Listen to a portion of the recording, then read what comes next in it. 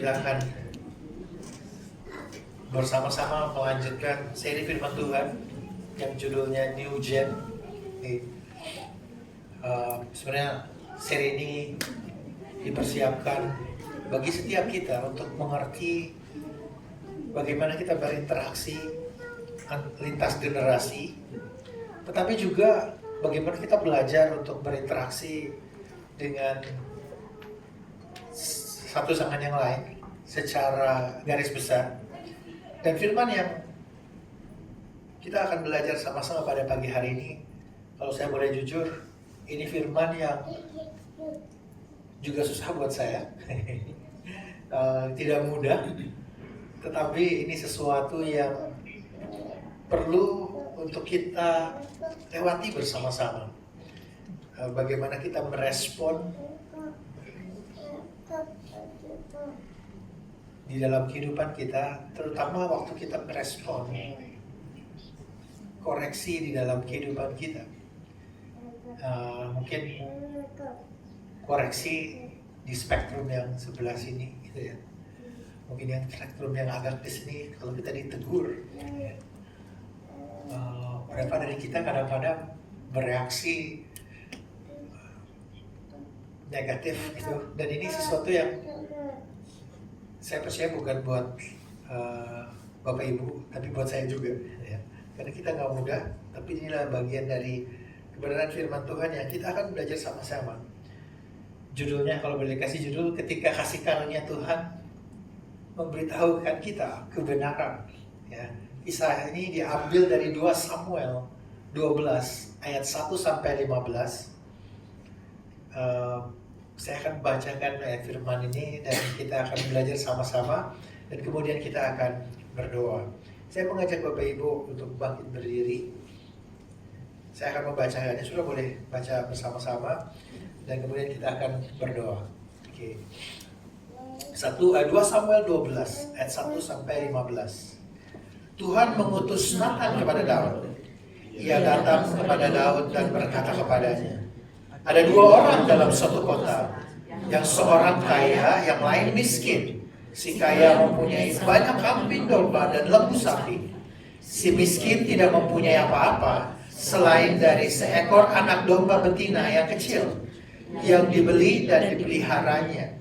Anak domba itu menjadi besar padanya bersama-sama dengan anak-anaknya, makan dari suapnya dan minum dari pialanya dan tidur di pangkuannya, seperti seorang anak perempuan baginya.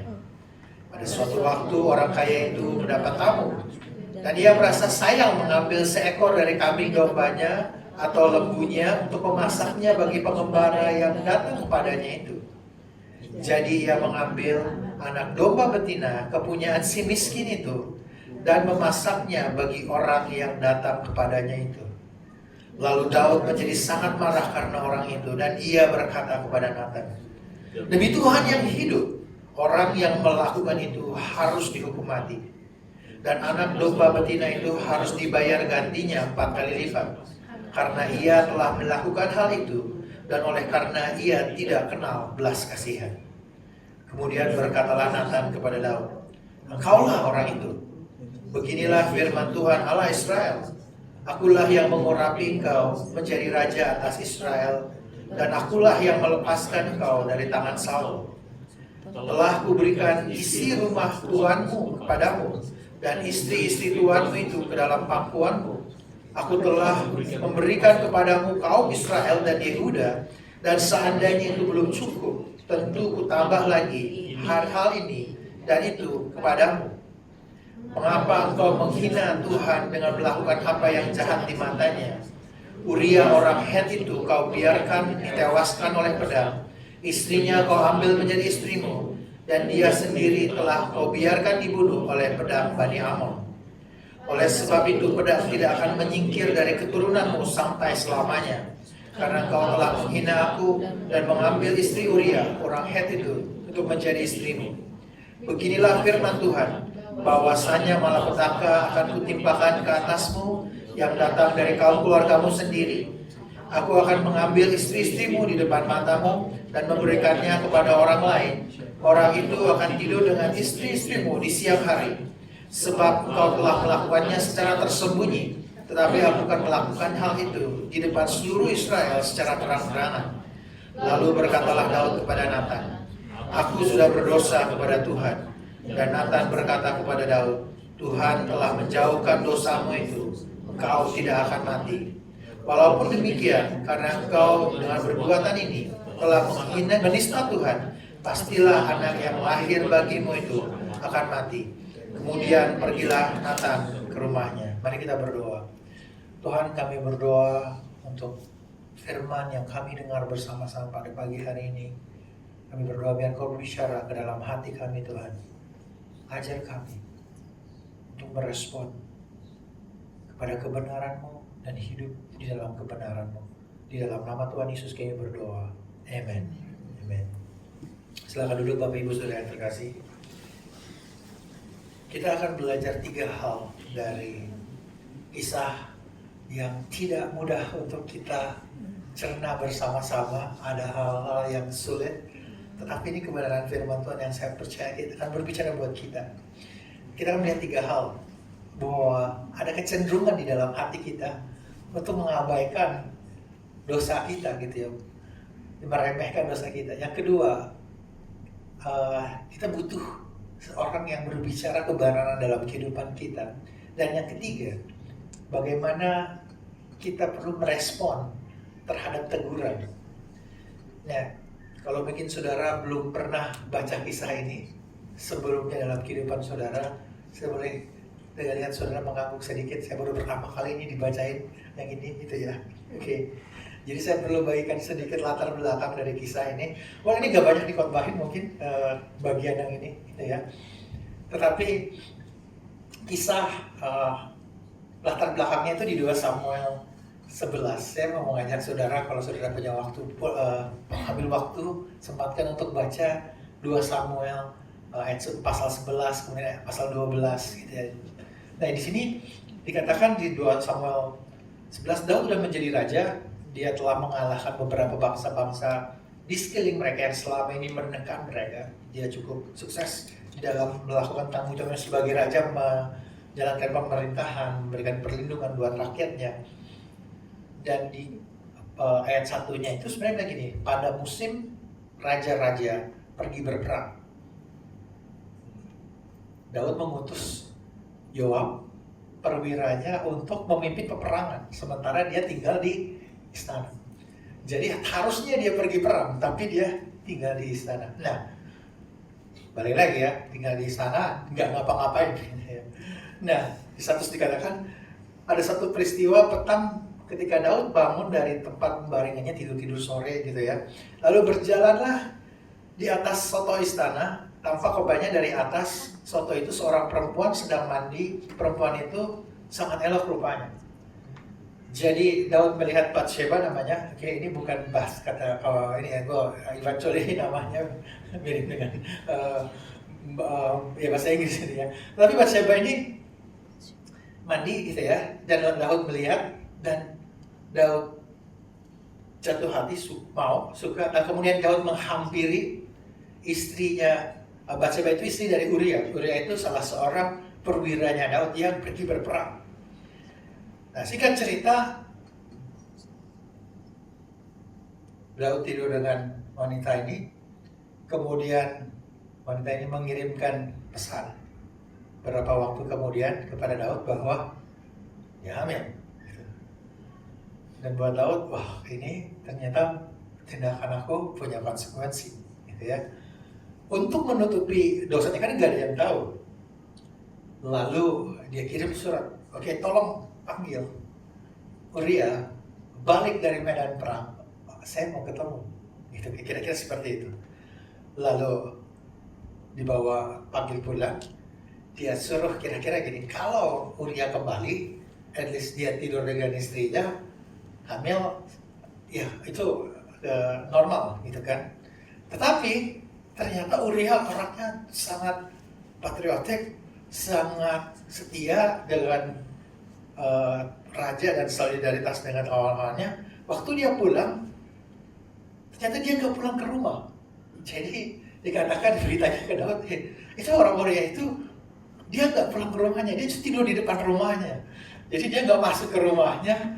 Lalu Daud panggil, kamu kenapa nggak pulang? Dia bilang, gimana mungkin saya pulang, tidur di rumah saya, tidur sama istri saya, sementara semua teman-teman saya semua di medan pertempuran. Mana mungkin saya melakukan hal kayak gitu, itu kayaknya nggak sopan banget gitu. Lalu Daud jadi rencana untuk menutupi dosanya gagal ya. Lalu dia mikirin rencana berikutnya. Dia kasih surat buat Yoab, pemimpin pertempuran itu. Suratnya bahkan dibawa sama Uria itu sendiri ya. Dibawa, dikasih ke Yoab. Perintahnya adalah taruh Uria di pertempuran yang paling ganas gitu kira-kira. Waktu menyerbu, setelah Uria di ujung depan, ditarik pasukannya. Jadi Urianya pasti mati. Jadi Daud melakukan istilahnya kalau kita sekarang itu perencanaan pembunuhan gitu ya. Dan singkat cerita, Uria benar-benar mati. Lalu Daud, oke, udah, gak usah sedih lah. Memang kita ngalamin pertempuran yang ganas itu normal di dalam peperangan, kira-kira kayak gitu. Lalu Daud mengambil Batseba menjadi istrinya. Untuk konteks kita buat hari ini, kira-kira buat waktu itu juga kalau seorang perwira meninggal gitu ya, sebagai raja, dia akan mengambil istrinya sebagai sesuatu yang terhormat buat konteks di waktu itu, bahwa dia menjaga keluarga dari perwira dia yang meninggal. So dengan kata lain, dengan proses ini Daud juga kelihatan baik banget, hebat banget gitu ya.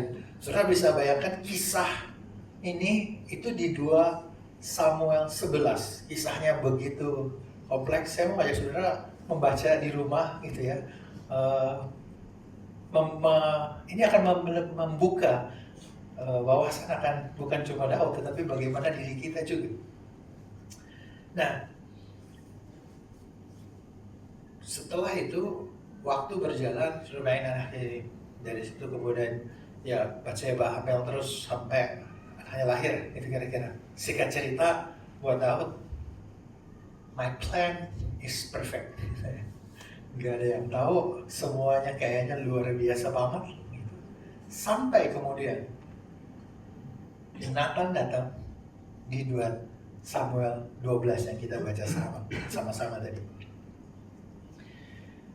Saudara, kisah ini diceritain sama Daud. Kalau ada orang kaya sama miskin gitu ya, kita kan tuh kata anak domba betina itu ada kata bet di dalam bahasa asli. Jadi udah pasti nggak bakal meleset gitu ya. Jadi Daud tuh tahu, dan mungkin orang-orang di situ, perwira-perwira yang ada di dalam ruangan itu nggak ada yang mengerti kisah itu kecuali Daud. Mungkin saya nggak tahu. Tetapi begitu Daud dengar ini, marah banget ya. Siapa yang lakukan ini? Kira-kira saya coba bayangin ya, raja gitu. Siapa yang kayak lakukan kayak gini? Ini orang nggak punya perasaan banget. Dia layak untuk mati. Dia harus membayar 4 kali lipat.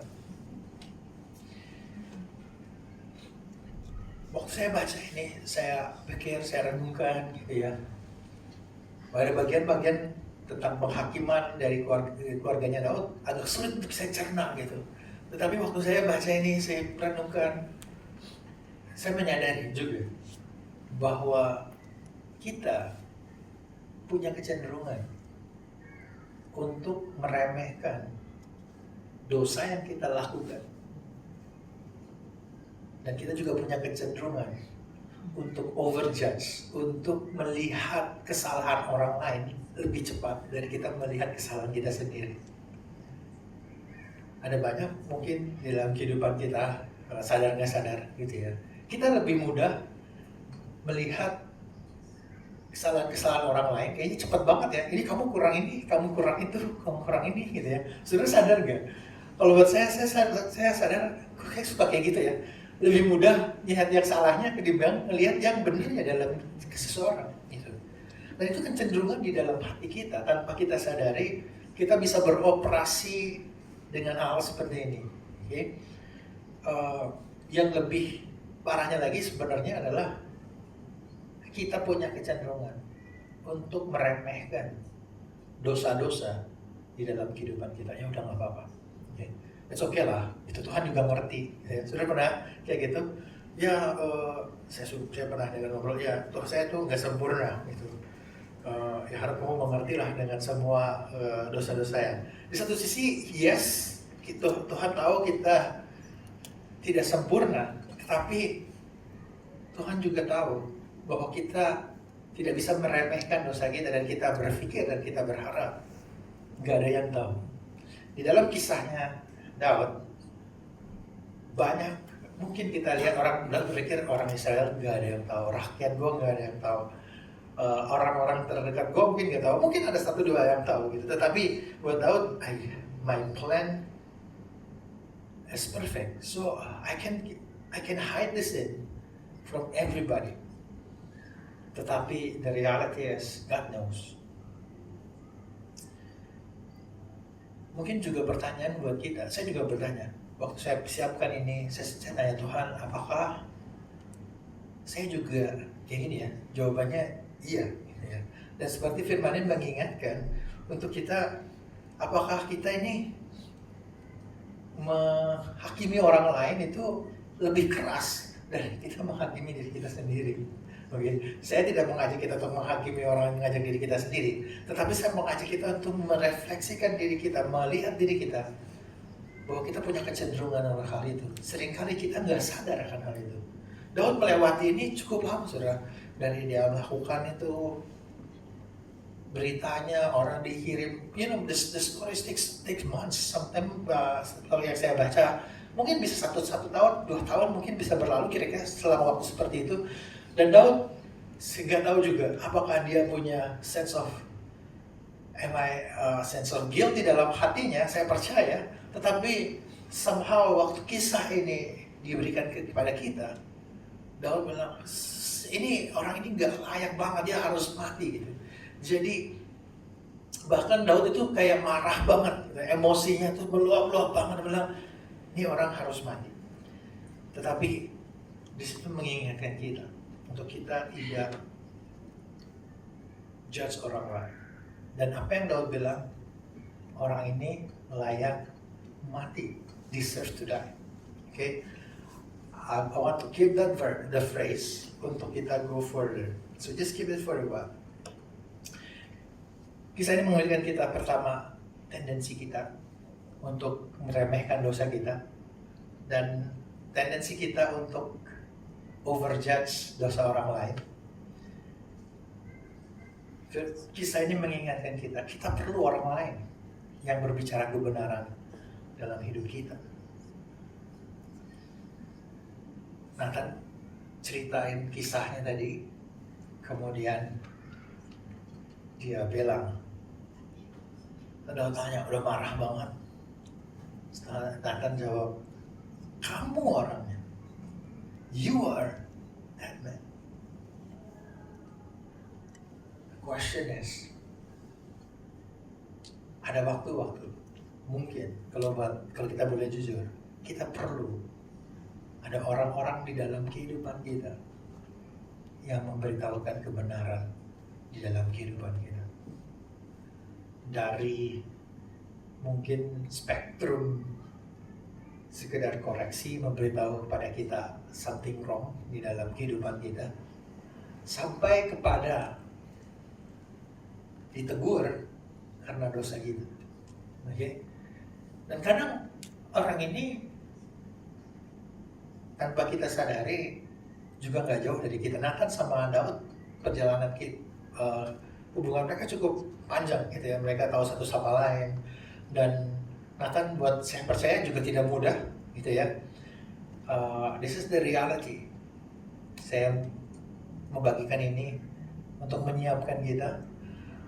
Suka nggak suka, buat yang sudah menikah gitu ya, tolong jangan disikut pasangannya gitu ya. Mungkin orang yang mengkoreksi kita cukup banyak adalah pasangan kita. Kalau di sini ada teman-teman, ada orang tua punya anak gitu ya, mungkin yang mengoreksi kita, orang tua kita. Atau kalau anak kita udah mulai besar, anak kita bisa mulai memberitahukan sesuatu di dalam kehidupan kita yang jujurnya kita itu nggak suka, benar nggak? Di dalam kisah ini, waktu saya baca, saya renungkan, ada banyak mungkin kisah di dalam kehidupan kita di dunia nyata, di mana hal-hal yang dosa yang mungkin udah nggak, mungkin kayak kita dari luar was so terrible, tapi kok orang di sekelilingnya nggak ada yang bilang, gitu ya. Di satu sisi mungkin kita juga punya kecenderungan untuk self-righteous, dan kita mengukur koreksi yang datang dari kita, kepada kita, dari kesuksesan kita. Saudara pernah bilang gini, wah kamu mau ngomong gitu sama saya, hidup kamu aja nggak lebih benar dari saya. Nah gitu, pernah dengar kayak gitu ya. Kamu mau koreksi aku, hidup kamu aja nggak lebih benar dari aku. Gitu. Kamu mau koreksi aku aja lebih sukses dari kamu. Gimana mungkin kamu mau kasih tahu aku what's wrong with me? Ya. Sometimes our success in one area bisa menutupi atau bisa membutakan kita terhadap kebenaran yang begitu simple karena kita begitu sombong. Dan di kisah ini, Tuhan ingetin saya, dan saya percaya ini juga buat setiap kita, bahwa kita sukses di area tertentu dalam hidup kita secara finansial mungkin. Nggak jaminan kita, that's mean all good every area of our life. Mungkin kita perlu ada orang yang speak to us tentang pernikahan kita. Kita perlu ada orang yang speak to us tentang how we do our parenting. Mungkin ada orang yang perlu speak to us. Kita mungkin it's good about our career, tapi we are bad in our relationship with our colleagues misalnya. Tapi kita perlu sebenarnya ada orang yang speak to our life. Jadi biar hari ini firman Tuhan mengingatkan kita. We need to hear that. Suka gak suka. Kita perlu dengar dari pasangan kita mungkin, ya. Kita perlu dengar dari mentor kita. Kalau saudara punya hubungan di dalam kehidupan saudara yang cukup dekat, yang cukup berani bisa mengatakan you are doing the wrong thing, you have to be grateful for that person. Karena kita bisa lari gitu ya, wah this person show me the ugly truth gitu kan. Saya kayaknya nggak mau dekat-dekat.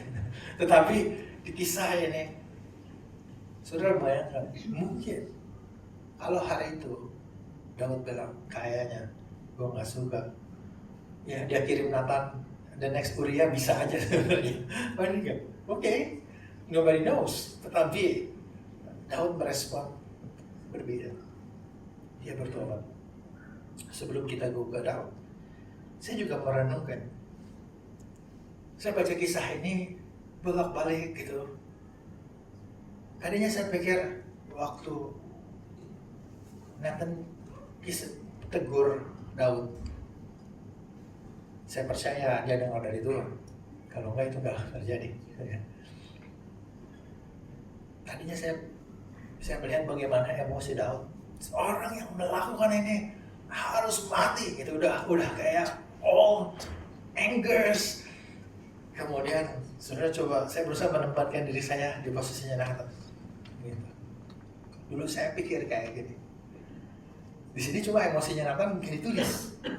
Gitu. Emosinya Daud udah di top, kemarahannya udah di puncak gitu ya. Kalau sumbunya emosi udah tinggal meledak gitu. Ini harus mati dan bayar 4 kali lipat. Nathan, saya pikir Nathan bilang, kamu orangnya gitu kan. Mungkin aku pikir kayak gitu. Ada apa ini? Mungkin Nathan juga emosi yang sama. Kamu orangnya. Tapi juga saya berpikir, I was thinking as someone yang speak corrections to other people yang nggak enak, nggak nyaman, gitu ya. Mungkin Nathan tarik nafas yang dalam dulu, gitu ya. Gitu kira-kira ya, kalau saya jadi Nathan, mungkin saya juga pikir, mungkin Nathan di situ bilang, you are that man. Mungkin Nathan bilang kayak gitu, you are that man. Dan dia say it in the sense of, I'm so bad, I feel Maksudnya, it's so bad. Gitu. Tetapi mungkin ya, saya nggak tahu. Tapi it's possible dia mengatakannya, yang kamu lakukan is so terribly bad, and you are that man. Dan ini mengingatkan kita bahwa untuk kita yang mungkin, karena kita dipanggil untuk speak the truth to other people, we just make sure kita juga melakukannya in the right way, in the wisdom yang dari Tuhan. Kita melakukannya dengan hati yang benar. Saya nggak mengatakan kita nyari-nyari kesalahan orang terus aja. I'm gonna say be careful, bahwa bukan berarti kita nyari seluruh cuma kesalahannya orang. Ya. Tapi ada waktu di dalam kehidupan kita, we have to speak the truth, not because we hate them, bukan karena kita mau melukai dia, tapi kita perlu kasih tahu karena you are heading in the wrong direction. Mungkin ya, waktu saya baca ini, Daud itu bilang, waktu Nathan bilang orang itu layak mati. Mungkin kalau dia nggak bertobat, mungkin dan next bisa aja kayak gini. Lalu Nathan bilang sama Daud, oke Daud, kamu punya 7 hari untuk mempersiapkan rumah tangga kamu, keluarga kamu akan mati dalam 7 hari. Bisa aja, right? Bisa aja, mungkin 4 hari atau mungkin besok, kita nggak tahu gitu. Tetapi benar-benar penghakiman, kalau saudara baca 2 Samuel ini, apa yang terjadi, ada 4 anak Daud yang meninggal di dalam kisah ini. Saya nggak, di dalam selanjutnya ada 4 kali lipat kan, ada yang 4 anaknya Daud yang meninggal, dan begitu miserable keluarganya. Kalau saudara pengen tahu akhir ceritanya, saya mendorong saudara baca 2 Samuel, lanjut sendiri saudara. Saya kasih teaser gitu kan. Jadi waktu bilang that person deserve to die, itu sebenarnya buat Daud dan buat Nathan juga gini. Kamu tahu gak, the next is you deserve to die. Dan Nathan mungkin belum tahu what's next untuk to say sampai Tuhan bilang. Dan this is juga the calling buat kita sometimes. Ada hal-hal di mana kita menyampaikan kebenaran kepada orang yang kita kasihi. It's not to hurt them, not to prove that kita benar dia salah, gitu. Tetapi karena kita mengasihi mereka. Di dalam kisah ini,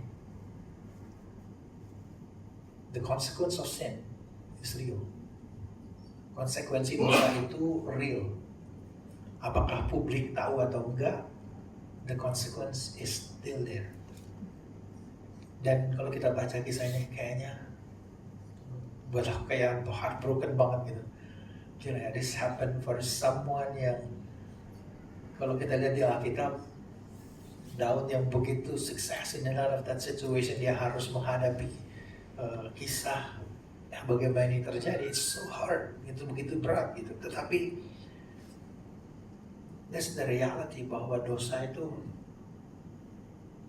mengambil dari kehidupan kita dan memaksa kita membayar lebih dari yang kita ingin kita bayar. That's what the sin is.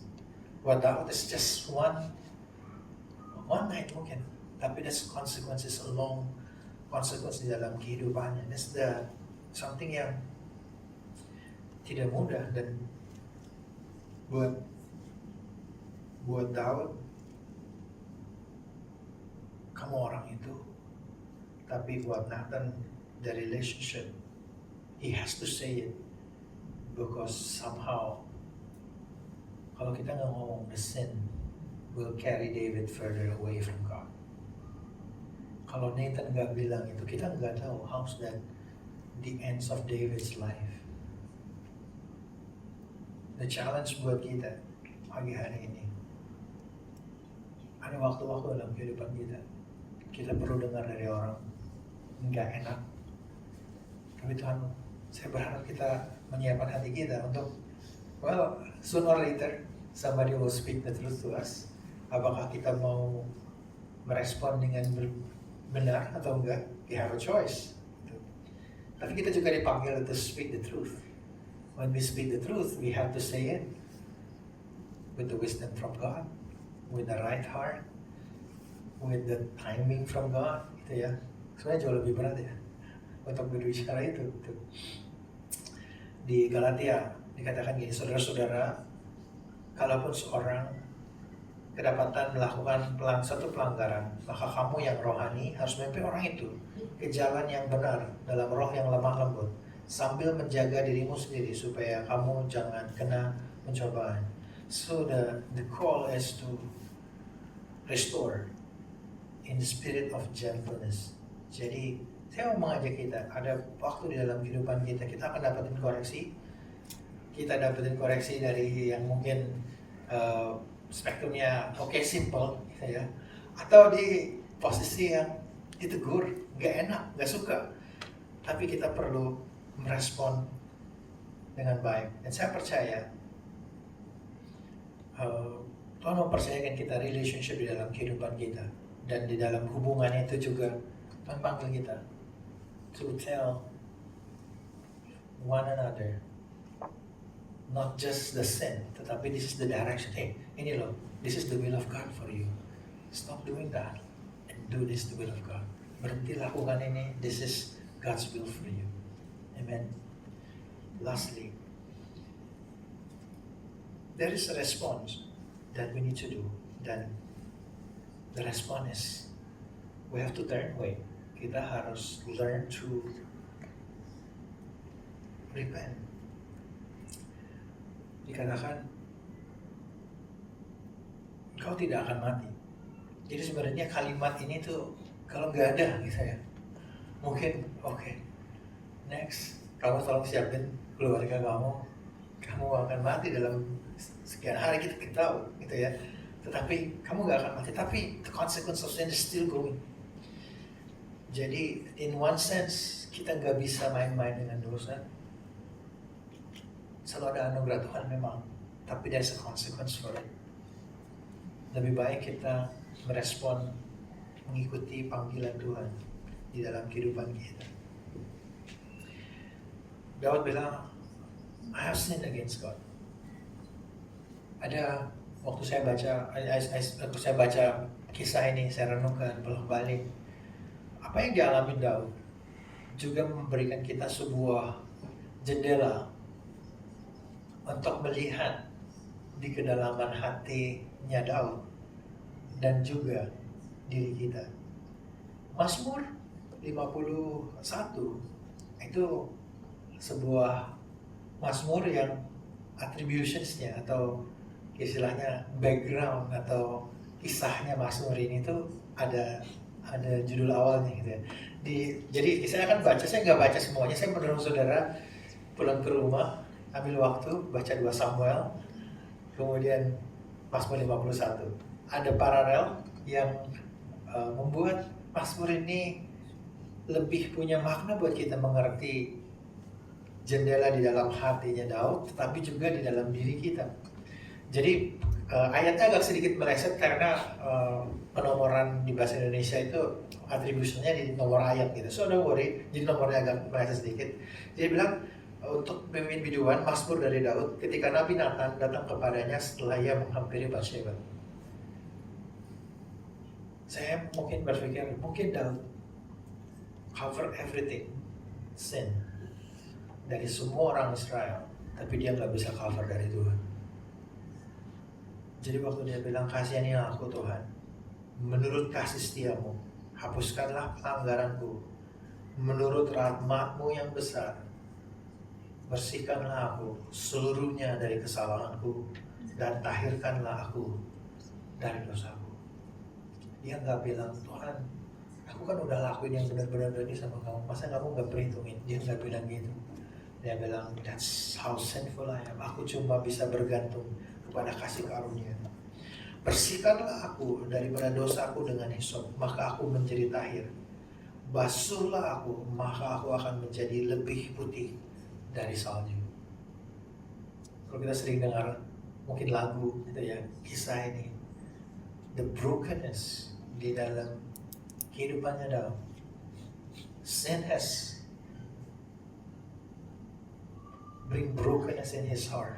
Tapi more than that, it's not because just the sin toward other people, but it is the sin against God.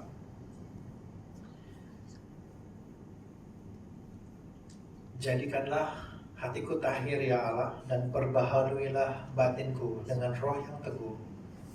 Jangan membuang aku dari hadapanmu, dan jangan mengambil rohmu yang kudus daripadaku.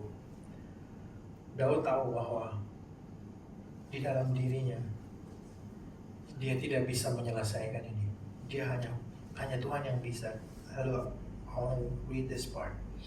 Bangkitkanlah kembali kepadaku kegirangan karena selamat yang daripadamu, dan lengkapilah aku dengan roh yang rela. There's the part of repentance in the Bible yang kita belajar di sini. First is that repentance itu juga semata-mata menyesal. Well, ada yang menyesal karena konsekuensinya. Aduh, aku nyesel nih, ketangkep. Ya.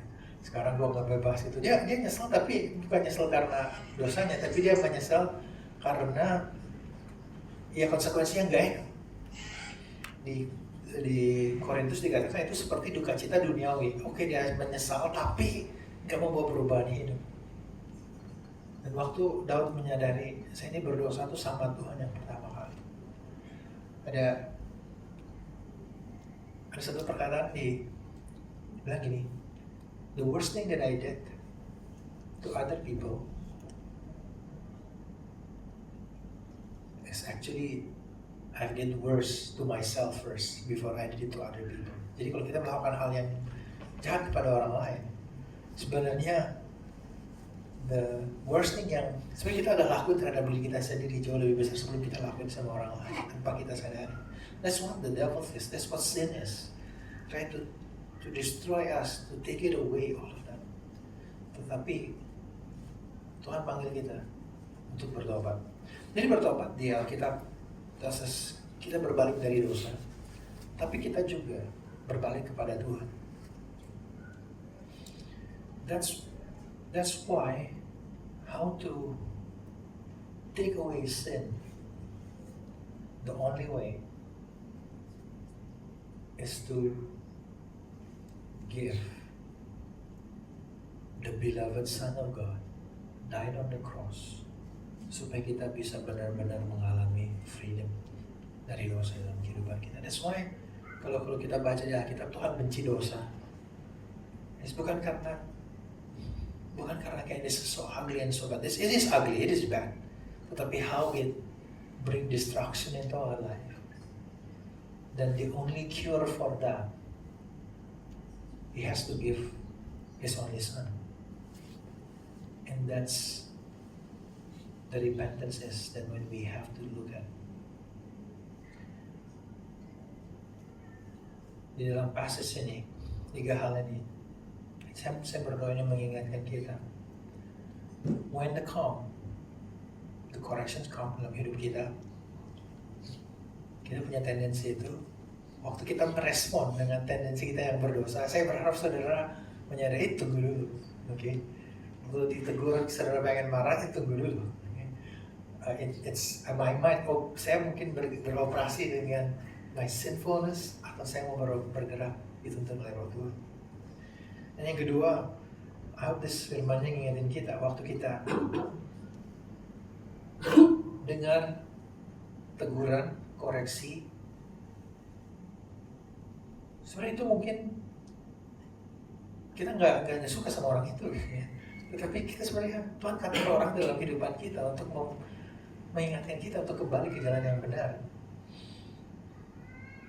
Atau juga waktu kita dipanggil untuk membagikan kebenaran, kita melakukannya karena kita mengasihi orang itu. Karena Tuhan mengasihi orang itu, makanya Dia panggil kita untuk melakukannya. Dan yang ketiga, I want to give this time. Waktu kebenaran datang, Tuhan mau kita berbalik.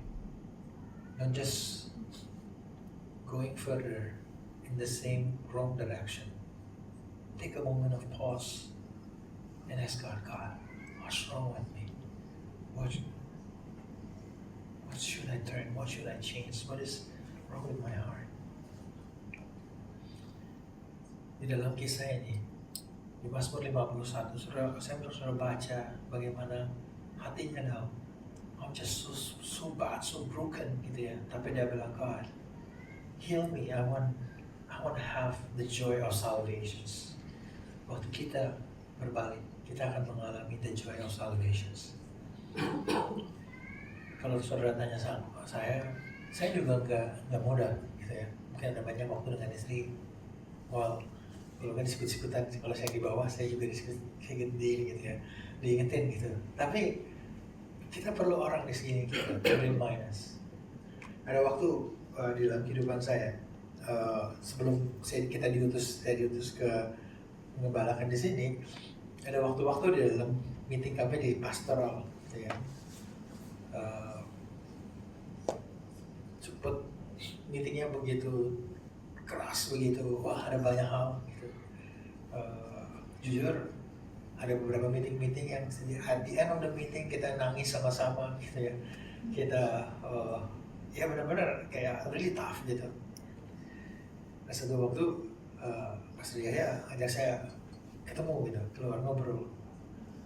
Terus di dalam pembicaraan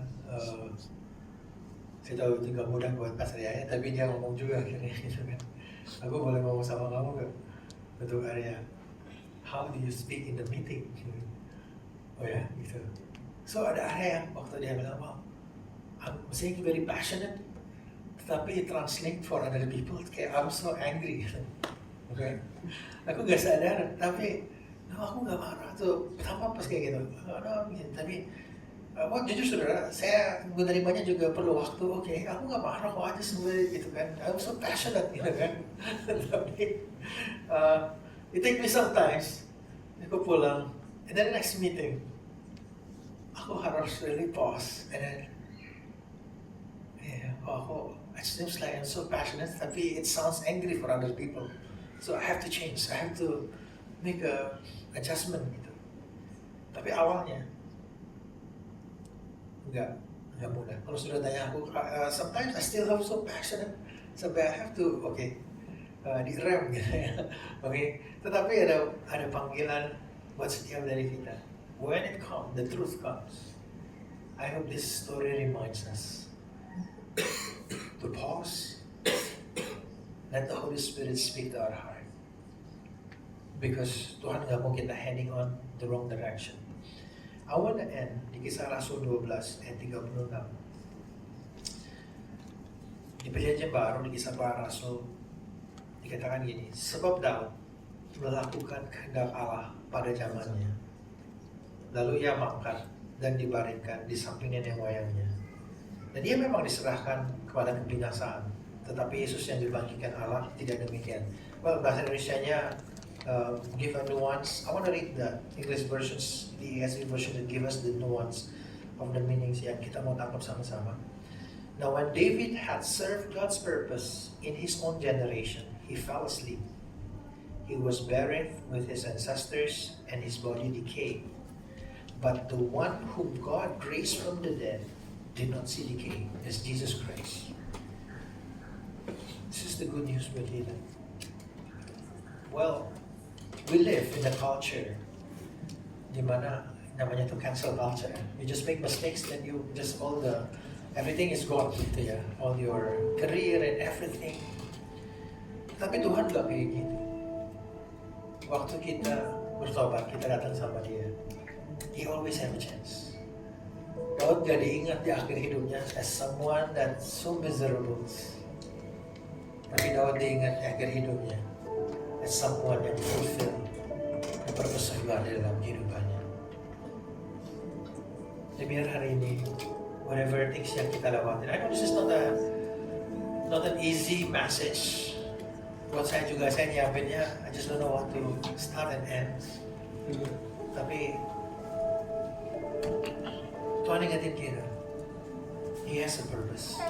That's why we need to respond corrections, we need to respond rebuke, We need to turn away di dalam kehidupan kita. Oke, mari kita bangkit berdiri. Saya mau mengambil waktu ini as we worship.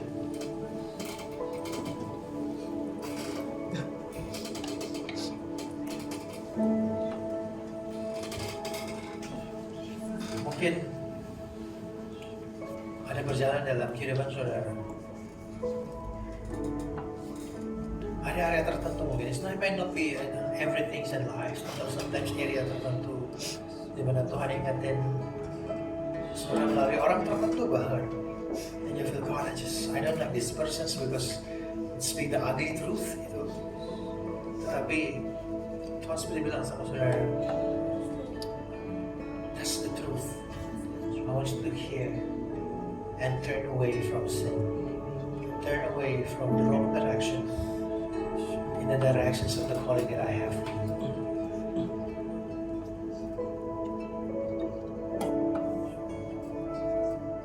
This is also the moment untuk kita melembutkan hati kita dan mengatakan, God, I know aku punya dosa-dosa yang, aku punya mistakes yang, atau kelemahan yang aku nggak sadar, Lord. When the time arrives that you correct me, that you rebuke me, teach me, Lord, to humble myself, humble my heart, to hear your voice.